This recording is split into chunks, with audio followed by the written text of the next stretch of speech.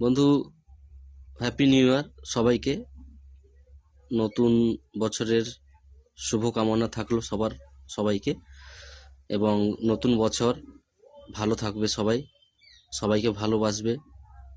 বিগত বছরে কি হয়েছে না হয়েছে সব কিছু ভুলে যাবে, ভুলে গিয়ে নতুন করে বাঁচতে শিখবে। এবং যাদের গার্লফ্রেন্ড নেই তারা মনে দুঃখ করো না, যেমন আমি মনে টোটালি দুঃখ করছি না, কারণ 2025 আসছে, এসে গেছে। আজকের 1 তারিখ, তো 2025-এ অবশ্যই গার্লফ্রেন্ড হবে। এবং শুধু গার্লফ্রেন্ড নয়, যাদের যা প্রবলেম আছে, যা কিছু ব্যাকগ্রাউন্ড ছিল 2024-এ, সব কিছু ভুলে যাবে। সবটা ভুলে গিয়ে নতুন করে বাঁচতে শিখবে। এটা মনে রাখবে যে বাঁচতে গেলে নিজেকেই লড়াই করতে হয়, লড়াই করে বাঁচতে হয়। কেউ এসে লড়াই করে তোমাকে বাঁচিয়ে দেবে না, সেটা গার্লফ্রেন্ডের ক্ষেত্রে হোক, নিজের ক্ষেত্রে হোক, বা বন্ধু বান্ধবের ক্ষেত্রে হোক।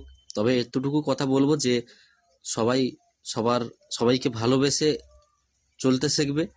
2025টা খুব ভালোভাবে এনজয় করো, কারণ এটা তো নতুন বছর, জীবনের আবার একটা বছর আসলো। অলরেডি বছরগুলো কেটে গেছে। তো সবাই ভালো থাকবে, সুস্থ থাকবে এবং সবাইকে ভালোবাসবে।